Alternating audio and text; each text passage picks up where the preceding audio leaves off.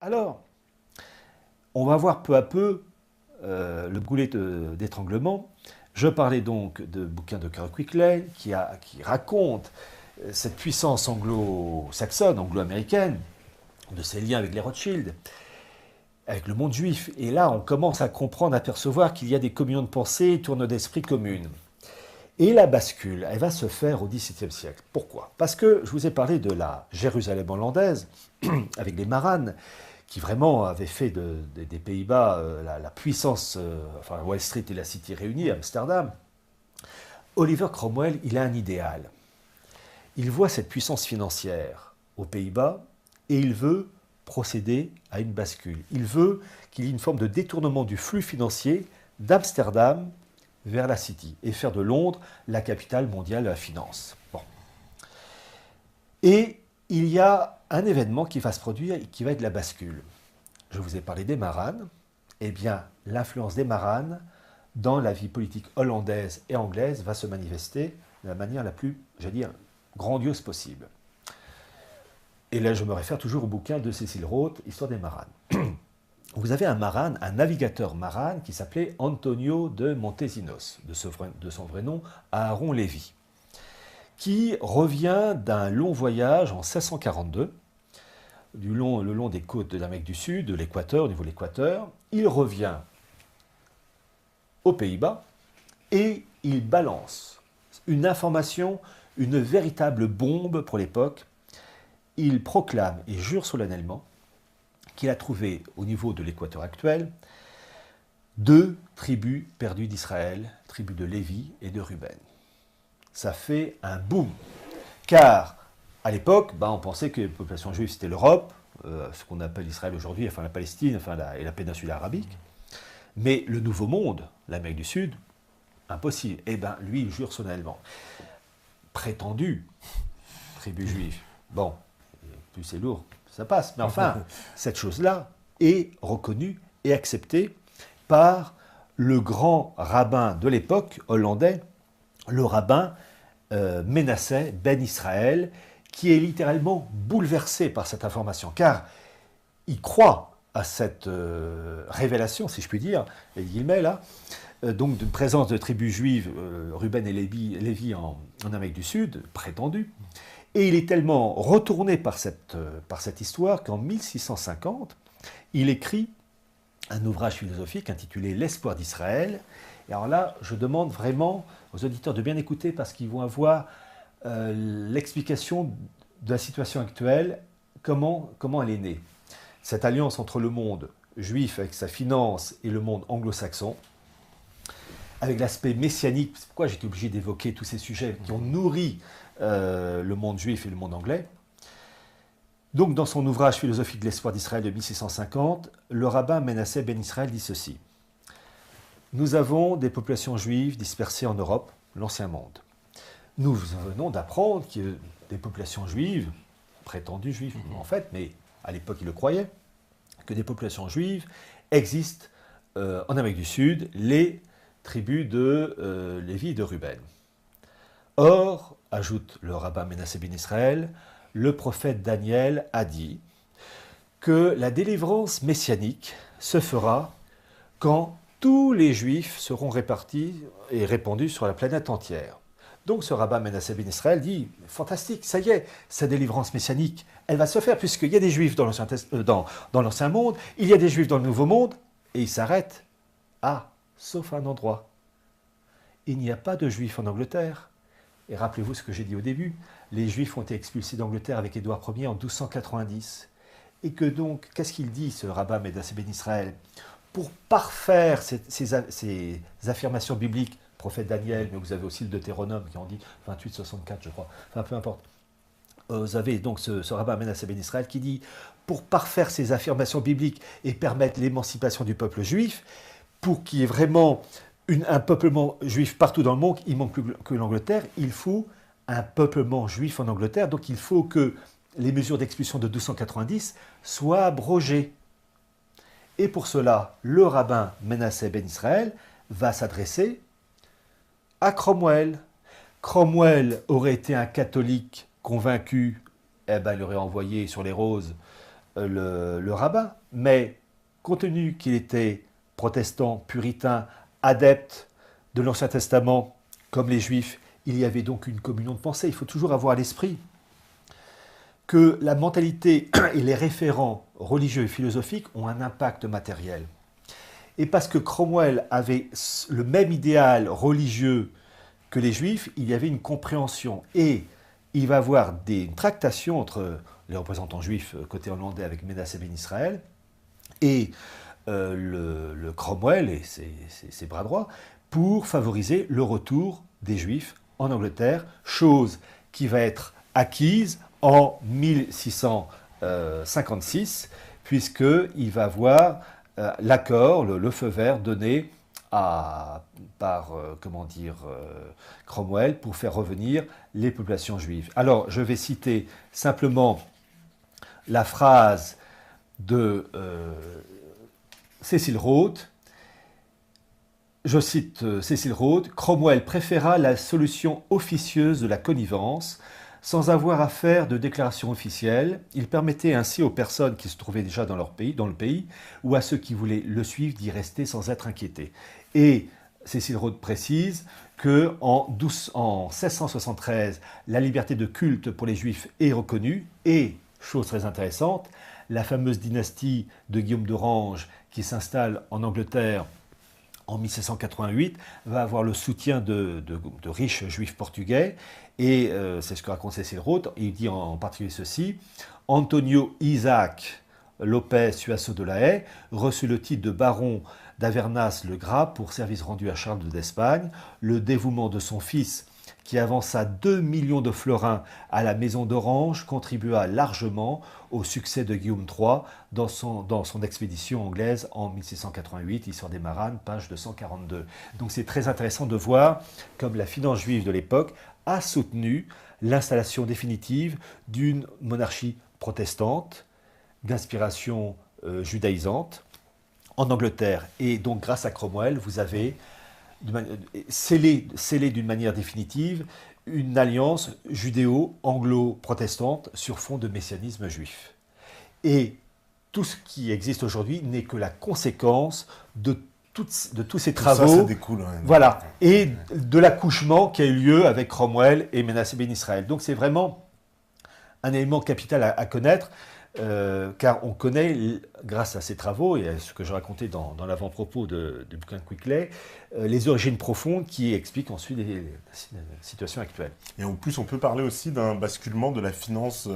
Et c'est ce qui s'est passé. Il y a eu une bascule de la finance d'Amsterdam vers la City, et depuis la City, et comme par hasard, la première banque, la Banque d'Angleterre, a été créée dans les années qui ont suivi, je crois en 1694. C'est très logique. Donc tout se suit parfaitement, j'ai envie de dire. Ouais. Voilà. Alors, il y a une chose que je tiens à évoquer. Je me rapproche de la fin, entre guillemets, mais enfin, il faut l'évoquer parce que Carroll Quickley part donc de ces élites anglo-américaines, de la haute bourgeoisie, de l'aristocratie. Ces gens-là étaient liés entre eux par des liens d'amitié, des liens professionnels, par des mariages. Donc, en fait, ils fonctionnaient en interne. Mais il y a une chose qu'il faut évoquer qui est très intéressante, qui, sur le coup, peut peut-être étonner, mais vous allez voir ensuite les répercussions, puisque, comme je vous l'ai dit tout à l'heure, j'évoquerai un sujet qui fera sursauter quelques-uns, mais il faut d'abord évoquer et passer par ce point-là, en citant le livre d'Arthur Koestler sur les Khazars. Ces Khazars, ce sont ces populations turcophones qui occupaient une partie de l'Ukraine jusqu'à peu près le Caucase. Et ces populations turcophones, caucasiennes, étaient de religion, obéissaient au chamanisme. C'était donc la religion des anges, des esprits. Et évidemment, du fait de cette structure religieuse, eh bien, il s'est produit une chose très intéressante à partir de 740, comme le rapporte Arthur Koestler dans son livre « 13e tribu d'Israël », il y a eu une bascule des Khazars vers le judaïsme. Et c'est très intéressant de voir comme ces Khazars, étalés sur des dizaines d'années, sont devenus juifs. Et, chose très intéressante, ces populations, donc, s'ils sont devenus juifs, à l'origine, ce ne sont pas des sémites. D'accord?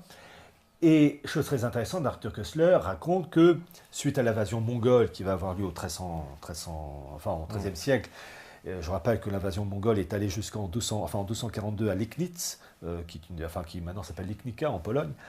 Du fait de l'invasion mongole, ces populations khazars qui se sont converties au judaïsme talmudique et qui l'ont fait d'autant plus facilement qu'ils obéissaient donc au chamanisme, se sont réfugiés essentiellement en Pologne, un peu en Hongrie, mais aussi en Lituanie. Et ce sont ces populations-là qui ont donné ce qu'on appelait les Ashkénazes. Bon. Donc, si on suit les travaux d'Arthur Koestler, les Ashkénazes ne descendent pas de sémites comme les séfarades, mais de populations turcophones venant d'Ukraine et du Caucase. Alors, des doutes ont été émis par certains, et même des doutes, des rejets violents.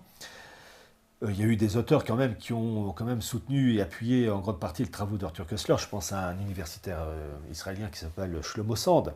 Mais, il y a quand même une chose qui est très intéressante, et là je donne les références, c'est que maintenant vous avez ce qu'on appelle les études de génétique, qui permettent, de manière scientifique, précise, carrée, de donner des résultats qui permettent d'éviter le baratin des bouquins de 400 pages.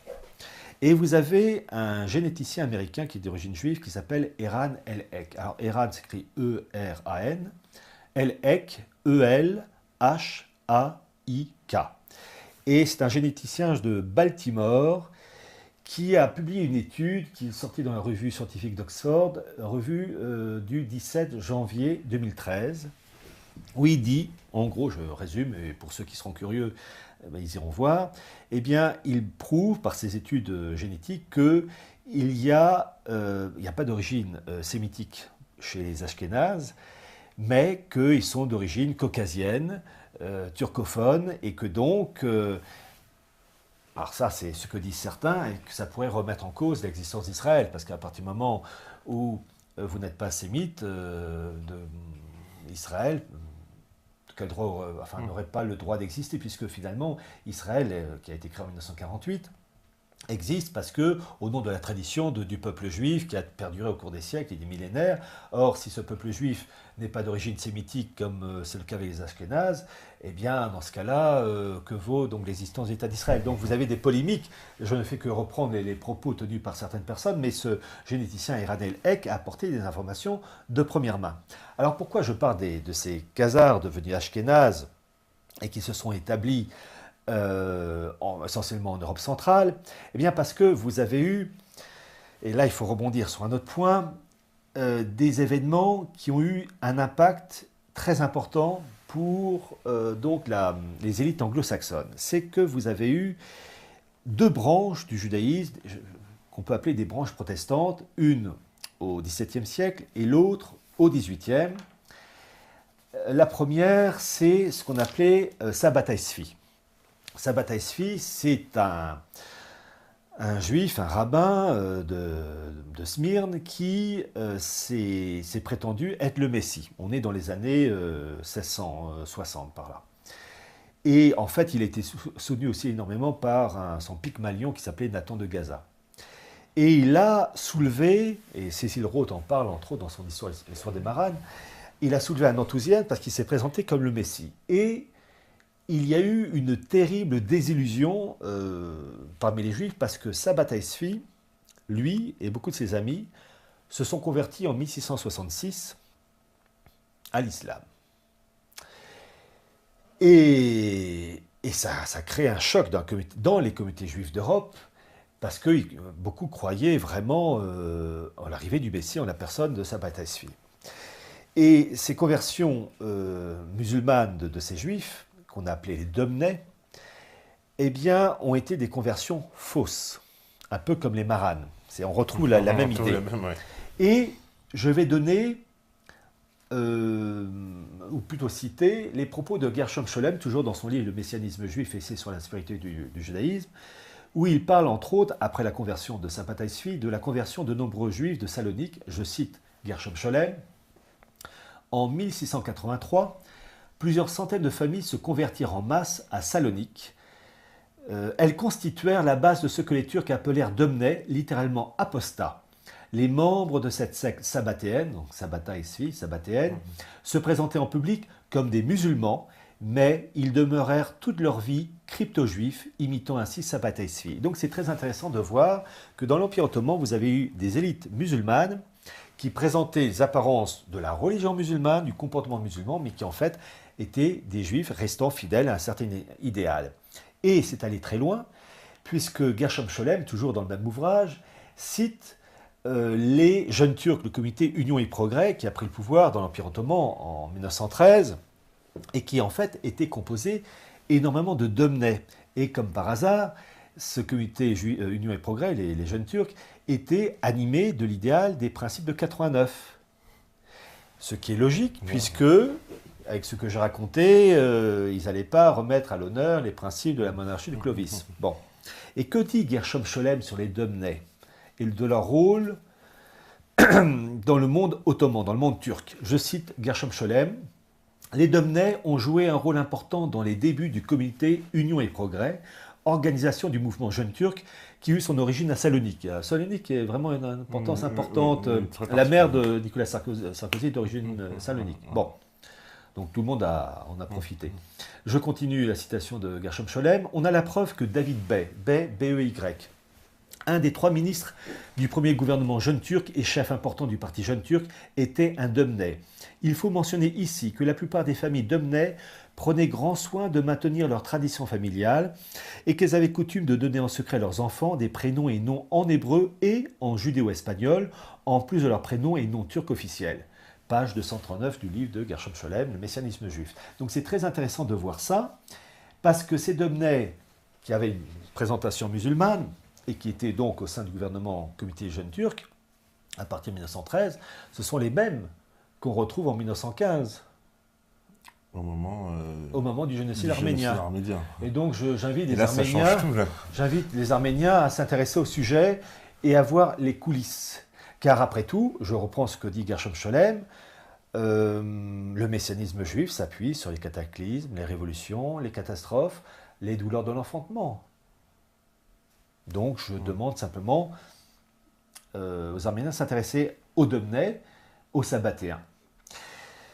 C'est très intéressant de voir ça, parce que parallèlement à Sabbatai Tzvi au XVIIe siècle, vous avez eu la même chose un siècle plus tard avec Jacob Frank, qui est mort en 1791, qui lui se situait au niveau de la Pologne, et qui lui aussi était très imprégné de l'idéal de Sabbatai Tzvi, et aussi d'un grand rabbin du XVIe siècle qui s'appelait Isaac Luria, et qui prônait l'idéal du tikkun. Tikkun, littéralement, c'est la réparation. Et cet homme-là, qui a inspiré Sabbatai Tzvi, et ensuite Jacob Frank, cet homme-là et ces personnes, finalement, s'appuient sur un idéal très particulier qui peut choquer, qui est la rédemption par le chaos, la rédemption par le péché.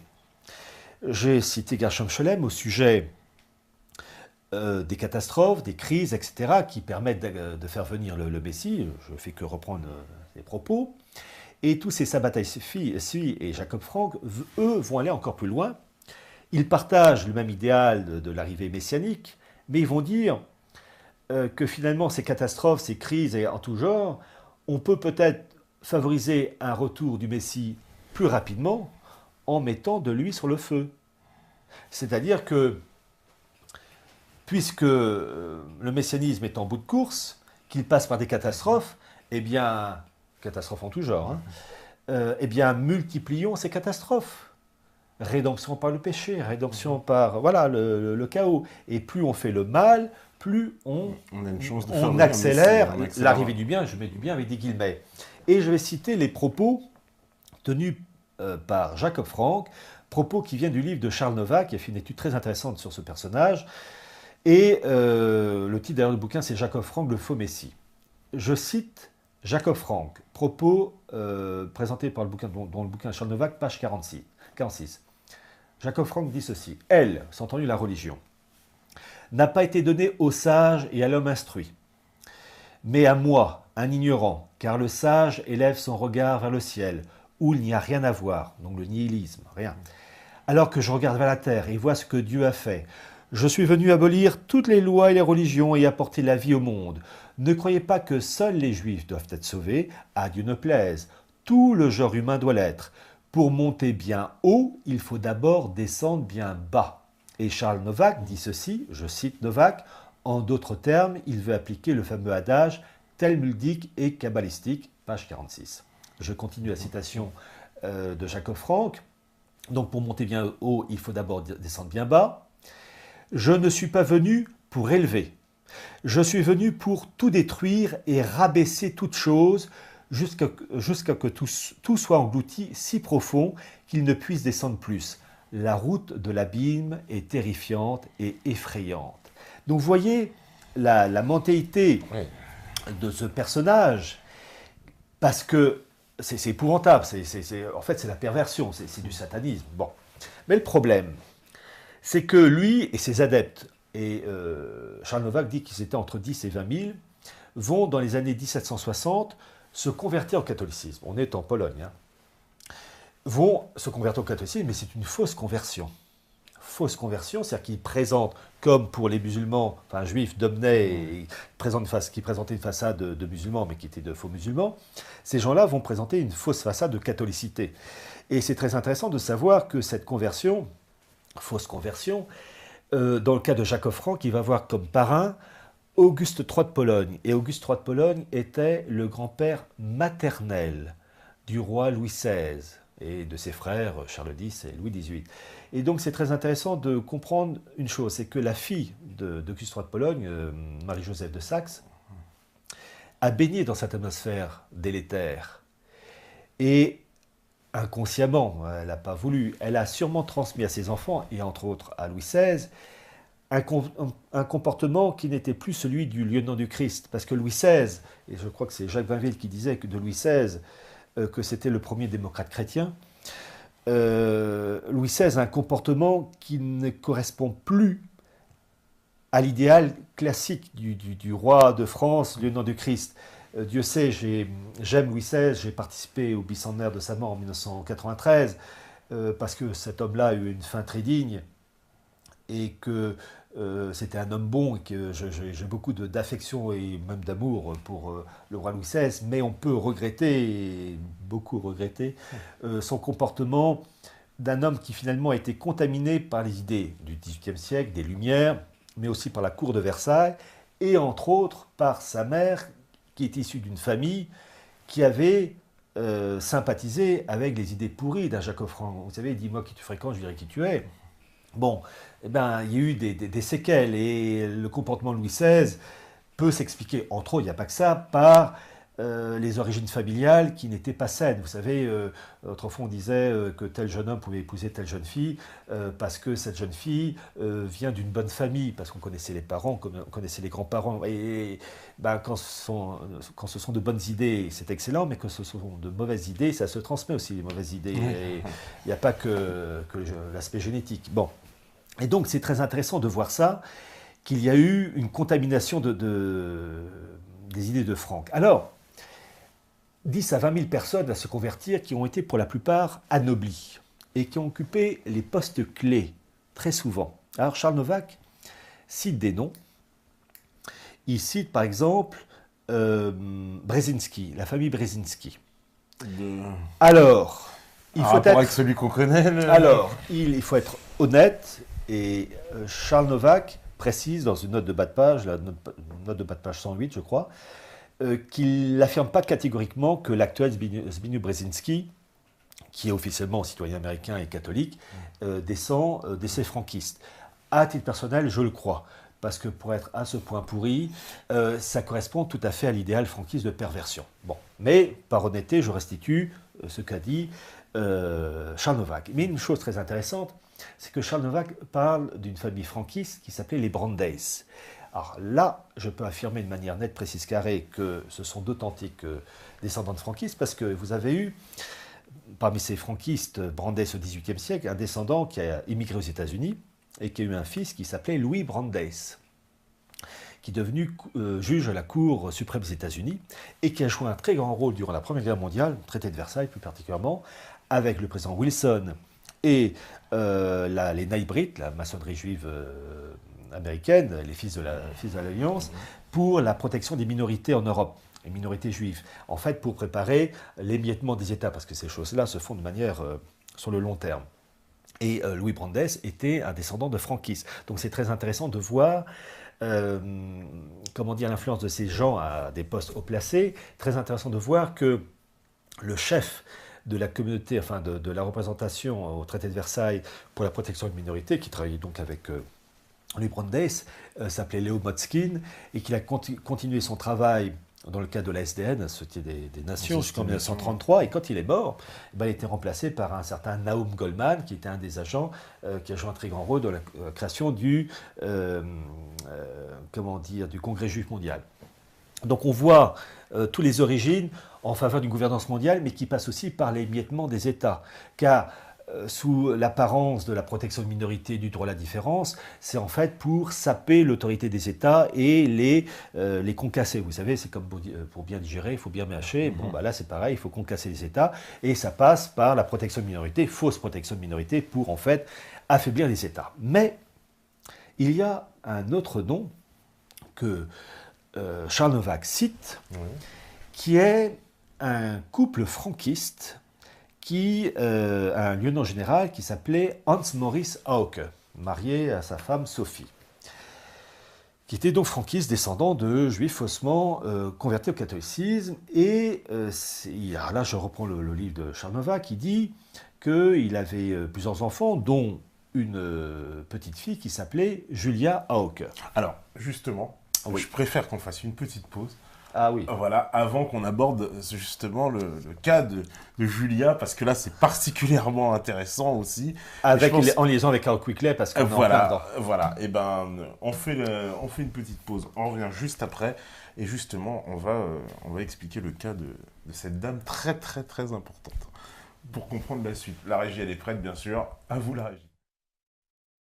Voilà, donc de retour, toujours avec Pierre Hillard pour cette troisième partie. Donc, voilà, légère.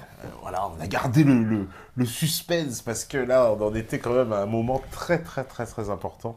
Donc là, je vous invite à bien suivre justement le déroulement des prochains événements pour bien comprendre. Donc, parce qu'on en était à la fameuse Julia Hauke. Hauke. Alors, pour comprendre Julia Hauke, je fais un petit rappel, le fameux livre, c'est là la caméra, Histoire secrète de l'oligarchie anglo-américaine, où Carl Quickly donc évoque ces élites.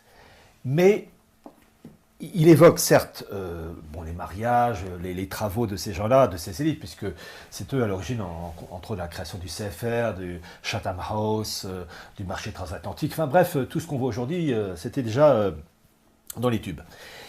Mais il y a une tournée d'esprit que je voulais expliquer, et sincèrement je veux bien faire comprendre aux personnes qui nous écoutent, qu'il ne s'agit pas de faire, je veux établir les faits. Qui fait quoi? Ce ne sont pas les bouddhistes, ce ne sont pas les shintoïstes, ce ne sont pas les habitants des îles Fidji. Il y a un tel groupe de pensée. Voilà, je veux, et je m'appuie sur des personnes de référence qui ont fait des travaux tout à fait honorables de qualité. Et je vous dis Cécile Roth, Gershom Scholem, et puis citer des travaux des humanistes, Pétrarque et compagnie. Donc vraiment faire une photo la plus objective possible. Et je suis désolé, quand c'est les propos du messianisme juif définis par Gershom Scholem qui dit que ça passe par des catastrophes, eh bien, je dis que c'est comme ça, et c'est dit d'autant plus par une référence de première main, et qu'il faut toujours, face à la vérité et aux faits, on obéit. On voit les choses non pas en fonction de ses vues, mais en fonction de la vérité. Bon, alors, je citais Julia Hauke. Alors, c'est ce que je veux dire, au début, est cité et répercuté par Charles Novak, son bouquin sur Jacob Frank. Et Charles Novak dit que Julia Hauke, qui donc première moitié du XIXe siècle, était la fille d'un comte franquiste, donc juif faussement converti au catholicisme, qui s'appelait Hans Maurice Hauke, Hauke, H-A-U-K-E. Il le dit, il l'affirme dans son livre, qui est un livre d'érudition, mais il n'apporte pas la preuve. Simplement, il déroule tous les liens et la suite, puisque il dit que cette fille de Hans Maurice Hauke, donc Julia, va épouser le prince Alexandre de Hesse. Alors ça, on peut le vérifier de la manière la plus officielle, on peut trouver ça sur Internet, n'importe quel bouquin, c'est le mariage est officiel. Et cette Julia Hauke épouse le prince Alexandre de Hesse, et le frère aîné de ce prince va leur donner un nom, et ce nom, c'est les Battenberg. Nom qui restera jusqu'en 1914. La famille royale d'Angleterre, qui s'appelait les Saxe-Cobourg, ont changé leur nom en Windsor. Eh bien, les Battenberg, en 1914, ont changé leur nom aussi, et c'est devenu les Mountbatten. Donc, quand je dis Battenberg, c'est en fait les Mountbatten. Alors, toujours dans le bouquin de Charles Novak, il explique que les descendants du couple Julia Hauke et du prince Alexandre de Hesse, ils ont 5 enfants, il va avoir des mariages princiers. Et en particulier, vous allez avoir 2 fils de Julia Hauke qui vont épouser l'un la fille de la reine Victoria et l'autre la petite fille de la reine Victoria. Donc vraiment des mariages avec la famille royale la plus importante de l'époque et encore aujourd'hui, mais encore plus importante puisqu'au XIXe siècle, l'Angleterre est la première puissance économique et militaire de l'époque. Et il donne d'autres noms, il dit qu'il va citer par exemple la petite fille de Julia Hauke, je crois qu'il s'appelait Alice de Battenberg, qui va épouser le prince André de Grèce, et de cette union va naître, parmi tous les enfants, le prince Philippe, l'actuel mari de la reine Élisabeth II d'Angleterre. Et il continue, et ça c'est très facile à vérifier, il dit entre eux que une des petites filles, qui s'appelait Eugénie Victoria, ou Victoria Eugénie, je ne sais plus, va épouser au début du XXe siècle le roi d'Espagne, Alphonse XIII.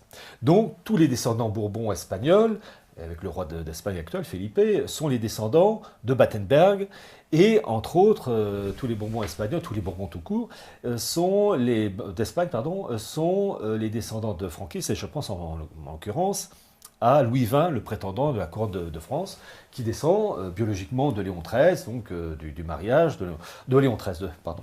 Ça, c'est le pape. C'est Alphonse XIII avec une Battenberg. Bon, ça, c'est officiel, c'est pas ça le problème. Le problème est ça. Charles Novak ne le dit pas, il n'apporte pas la preuve du lien biologique entre Julia Hauke et ses parents, et d'autant plus, enfin plus exactement, il n'apporte pas la preuve de l'origine juive franquiste de ses parents. Et j'ajoute aussi que parmi les petits-enfants de Julia Hauke, vous avez aussi un Battenberg, qui est en fait un Mountbatten, qui va être le dernier vice-roi des Indes, et Louis Mountbatten, et qui va mourir, qui est né en 1900, et qui est mort en 1979, assassiné sur son bateau par l'IRA. Par l'IRA, ouais. Voilà.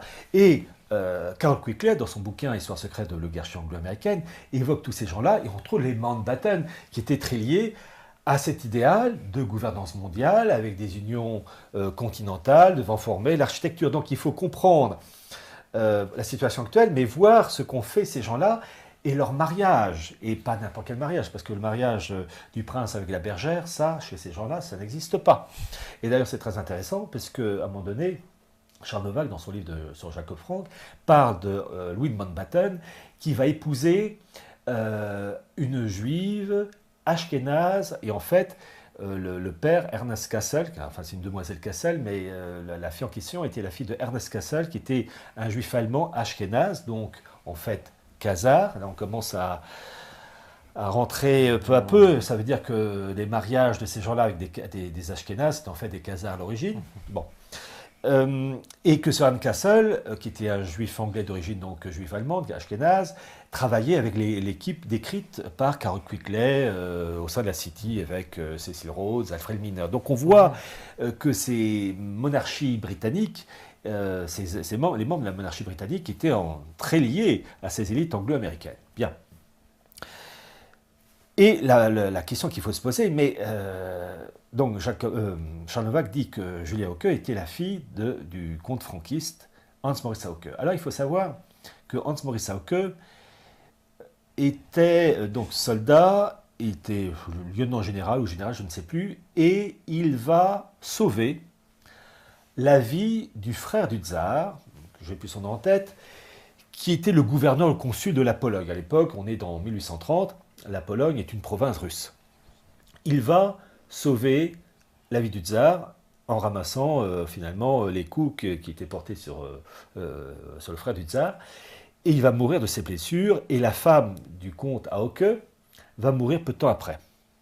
Bon, Ça, c'est l'histoire officielle. Alors, là, je vais être très précis, ou plus exactement, je vais rapporter ce que j'ai trouvé, que j'ai cité dans l'avant-propos du bouquin de Quickley. Je vous dis, c'est un avant-propos. En fait, c'est une super note de synthèse qui fait 27-28 pages, où j'ai voulu expliquer, en fait, depuis la naissance du christianisme jusqu'à aujourd'hui, l'évolution et les rivalités et tout ce que je raconte, tout ce que j'ai exposé ce soir, c'est encore plus développé dans l'avant-propos que j'ai vraiment... Bon, bref. Donc, Charles Novak n'apporte pas la preuve que du lien, la preuve que c'était vraiment des franquistes. Alors, il y a, j'ai fait des recherches, un site de généalogie. Vous l'avez vu tout à l'heure, j'ai apporté les papiers avec moi, on va les passer ensemble. Un site de généalogie qui traite des personnages historiques comme Monsieur et Madame tout le monde, et qui donc, par définition, c'est le travail, et de faire des études sur les origines. Ce site de généalogie est américain, il s'appelle GENI, G-E-N-I, qui a été fondé, je crois, en 2006, et qui a son siège en Californie. Chose très intéressante, ce site de généalogie GENI est chapeauté par un autre site de généalogie qui, lui, est israélien, qui s'appelle MyHeritage, mon héritage, et dont le siège est à Yehuda, du côté de Tel Aviv. Bon, donc c'est leur boulot de faire des études et d'expliquer. Eh bien, je suis allé sur le site GENI. Et on va regarder ensemble, comme ça vous allez dire que je n'invente pas. Il y a la page consacrée à, je cite, Julia Golda Broida von Hauke. C'est écrit en noir et en bleu. En bleu, ce sont les zones où on peut cliquer et on peut avoir d'autres informations. Il est précisé que cette Julia était bien la femme d'Alexandre, prince de Hesse. Alors tout ça, c'est en anglais. Hein. Et qu'elle était en plus la sœur de plusieurs... donc elle avait plusieurs frères et sœurs, et au total, une famille de 7 enfants. Donc, Julia Hauke avait 6 frères et sœurs. Et chose très intéressante, cette Julia Hauke, von Hauke, on donne les noms des parents. Et dans le bouquin de Charles Novak, il est précisé que c'est le comte Hans Maurice Hauke. Et là, c'est pas précisé du tout.